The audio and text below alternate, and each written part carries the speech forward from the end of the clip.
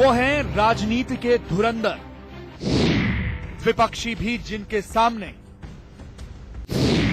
झुकाते हैं सर। वो बनते रहे अपनों की साजिश का शिकार, अपने ही करते रहे हस्ती मिटाने की साजिश। किसने रची साजिश? किसको है तिवारी से बैर? आज होगा राजफाश। आप देख रहे हैं हमारी बहुत ही खास पेशकश जहर। हम आपको ये समझाने की, ये बताने की कोशिश कर रहे हैं कि पंडित नारायण दत्त तिवारी जी के जो मौजूदा ओएसडी हैं भवानी भट्ट साहब, उन्होंने समाचार प्लस को एक्सक्लूसिव इंटरव्यू दिया है। उन्होंने साफ तौर पे कहा है कि पंडित नारायण दत्त तिवारी जी के इर्द गिर्द के जो लोग थे, जिनके ऊपर तिवारी जी बहुत ज्यादा भरोसा करते थे या यूं कहीं आंख बंद कर भरोसा करते थे, वो लोग आस्तीन के सांप निकले। उन्होंने पंडित नारायण दत्त तिवारी जी को तरह तरह से नुकसान पहुंचाया, उनकी सेहत को नुकसान पहुंचाया, उनके सामाजिक ताने बाने को नुकसान पहुंचाया, उनके इकबाल को नुकसान पहुंचाया, उनकी राजनीतिक हैसियत को डेंट पहुंचाई। और उन लोगों के नामों का खुलासा करने की एक कामयाब कोशिश, एक सकारात्मक पहल हम समाचार प्लस के इस जिम्मेदार मंच से कर रहे हैं। वो इसलिए कि पंडित नारायण दत्त तिवारी जी एक बहुत बड़ी शख्सियत हैं। उत्तर प्रदेश हो, उत्तराखंड हो या देश हो, राजनीति के अगर हम अभी से देश के बनने से लेकर अब तक अगर हम राजनीति के 10 धुरंधरों की बात करें तो आदरणीय तिवारी जी का नाम भी उसमें शामिल जरूर होगा। बहुत बड़ी हस्ती। और आखिरकार वो कौन था जो तिवारी जी जैसे इतने बड़े शख्स के बाजू में खड़ा होकर उनको नुकसान पहुंचा रहा था। हम जनता जनार्दन से अपील कर रहे हैं कि आप भी हमें फोन कीजिए। हमारे साथ अमिताभ अग्निहोत्री जी बने हुए हैं, रशीद मसूद साहब थे लेकिन अब नहीं हैं, भवानी भट्ट साहब, आप एनडी तिवारी जी के ओएसडी हमारे साथ हैं, विश्वास जावर साहब हैं, आप बीजेपी नेता हैं। आप सभी से मिलकर करके बात कर रहे हैं। अविकल थपलियाल साहब भी हमारे साथ मौजूद हैं, हम आपसे ही बात कर रहे हैं। जो फोन हमारे पास आ रहे हैं, विनोद और आशीष, ये दो लोग अभी हमारे साथ लाइन पे हैं। विनोद जी अपनी बात कहिए। अपनी बात कहिए विनोद जी, टीवी की आवाज में सुनिए प्लीज, सीधे हमसे बात कीजिए। हाँ, मैं ये निवेदन करना चाहूंगा कि पंडित नारायण दत्त तिवारी जी उत्तर प्रदेश और उत्तराखंड में इन्होंने विकास के नए आयाम प्रस्तुत किए हैं। और विशेषकर से उत्तराखंड में जिस तरह से विकास जो 5 साल में हुआ है वो न भूतो न भविष्यति, हाँ।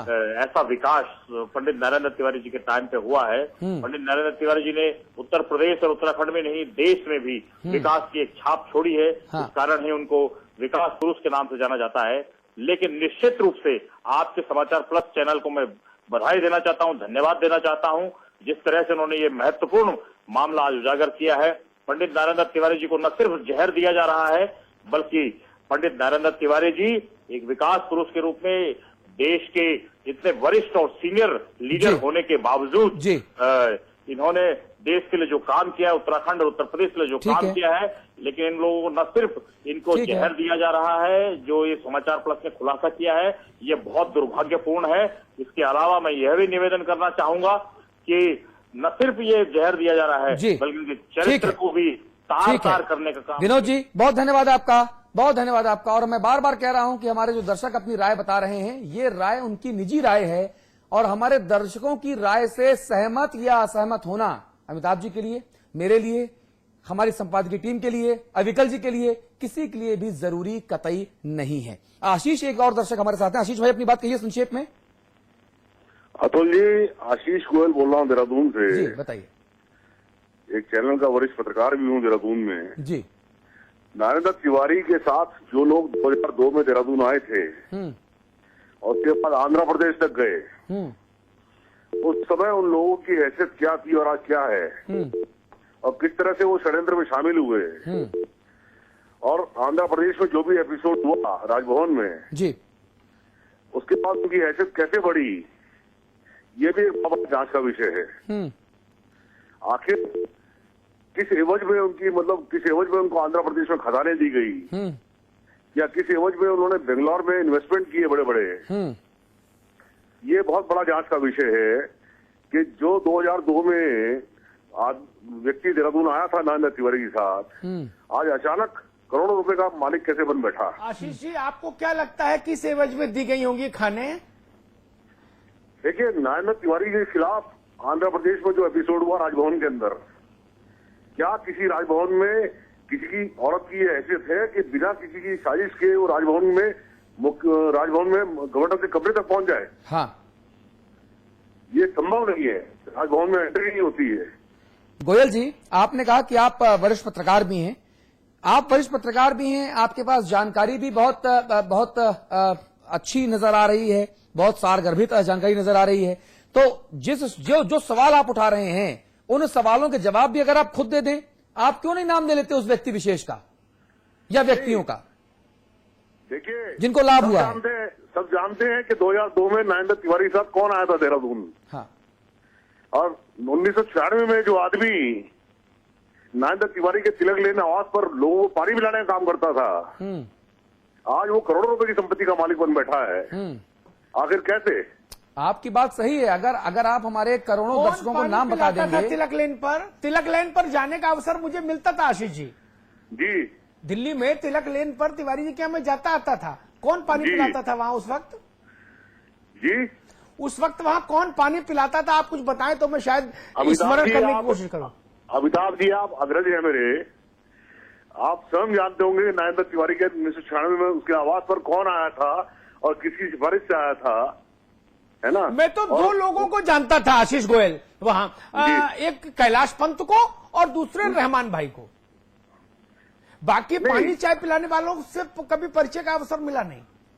जी जी जी, उस समय उनकी हैसियत हो रही थी वहां पर। आपने सही नाम लिया कैलाश पंत जी का। कैलाश पंत जी उस समय तिवारी जी के बहुत करीबी थे।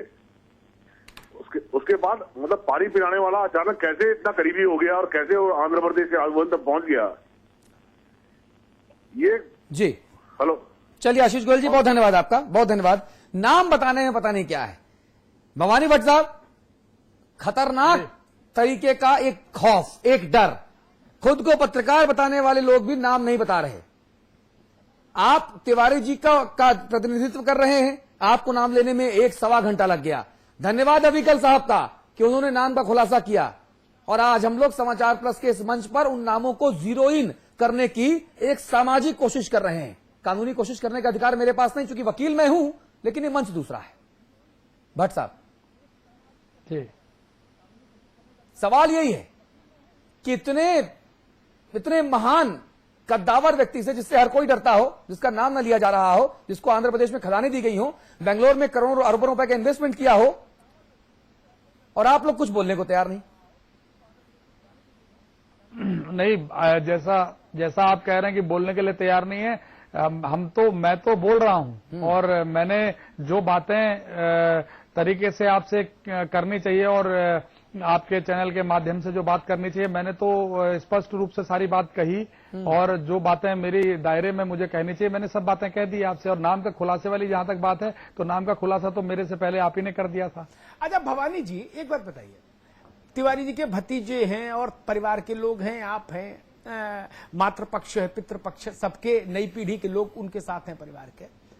कभी इन्हें सोचा कि भाई जो साइकिल पर आया वो बड़ा आदमी कैसे बन गया नरेंद्र तिवारी के साथ रहने से? नरेंद्र तिवारी की संपन्नता के तौर पर बड़े आदमी क्यों नहीं बन पाए? तिवारी जी ना मॉल बनवा पाए, न सिनेमा हॉल बनवा पाए, न के होटल में इन्वेस्टमेंट कर पाए, न फार्म हाउस बना पाए। बरसों बरस मुख्यमंत्री रहे, बरसों बरस केंद्र में मंत्री रहे, नहीं बना पाए। तो उनके साथ जो चाय पानी की व्यवस्था देख रहे थे, वो करोड़पति कैसे हो गए? इस पर निगाह नहीं गई कभी किसी की? नहीं, कौन सी चाय पिला रहे थे, उसमें कौन सी पत्ती डाल रहे थे जिसमें करोड़ों का धंधा हो गया? तिवारी जी वो चाय पी के भी बड़े आदमी नहीं हो पाए, ये रहस्य नहीं सोचा? नहीं, बिल्कुल ये चीज आपने कही। मैं सबसे बड़ी बात तो यहाँ पर यह है कि जो चाय पिलाने वाली बात आप कह रहे हैं, तो इस बारे में हम तो अब यहाँ अभी देख रहे हैं सारी व्यवस्था, लेकिन जो पहले जो घटनाक्रम हुआ है, जैसे कि इससे पहले देहरादून से एक पत्रकार बंधु कह रहे थे कि 95 से, उन्होंने 95 से कहा, 95 से लेकर अब तक का उन्होंने पूरा जो जानकारी उपलब्ध कराई, तो तो ये कौन व्यक्ति चाय पानी पिला रहा था, कौन वो करोड़ों रुपए की खदान है, परिवार को इस संबंध में कोई जानकारी नहीं है। आप अगर इतने करीब से परिवार को जान रहे हैं अमिताभ जी, तो तिवारी जी के छोटे भाई वो काशी विश्वविद्यालय में प्रोफेसर थे, रिटायर हुए और साधारण जिंदगी जी रहे हैं। अगर आप उनसे मिलेंगे तो आपको ये भी नहीं लगेगा कि वो तिवारी जी के भाई हैं। बहुत सादगी भरा जीवन उनका है और सरलता से एक सीधे साधे जीवन यापन कर रहे हैं। परिवार अपनी जगह अपना काम कर रहा है, लेकिन ये विश्वास पर कि तिवारी जी को देखने वाले लोग तिवारी जी की सही तरीके से देखभाल कर रहे हैं और उनका जो भी पॉलिटिकल कद है उस हिसाब से उनको रखा जा रहा है और उनकी बातों को समझा जा रहा है और वो जो कह रहे हैं उसको फॉलो किया जा रहा है। ये मानकर कभी भी परिवार को, जैसा उन्होंने कहा कि सब ठीक चल रहा है, तो ये माना गया सब ठीक चल रहा है। लेकिन जहां दिक्कतें अब यहां आई हैं सामने और वो सब बातें देखी गई कि हाँ भाई कहीं न कहीं दिक्कतें हो गई तिवारी जी के साथ में, तो अब सीरियसली उस चीज को देख रहे हैं तो समझ में आ रहा है कि बहुत बड़ी त्रुटि, कहीं चूक हो गई पीछे और लोगों पर आवश्यकता से ज्यादा विश्वास करना भी घातक हो गया। तिवारी जी बड़े बड़े पदों पर रहे और उनके साथ लोग भी हमेशा रहे स्टाफ में। कैलाश पंत तो लंबे समय रहे और भी तमाम लोग रहे।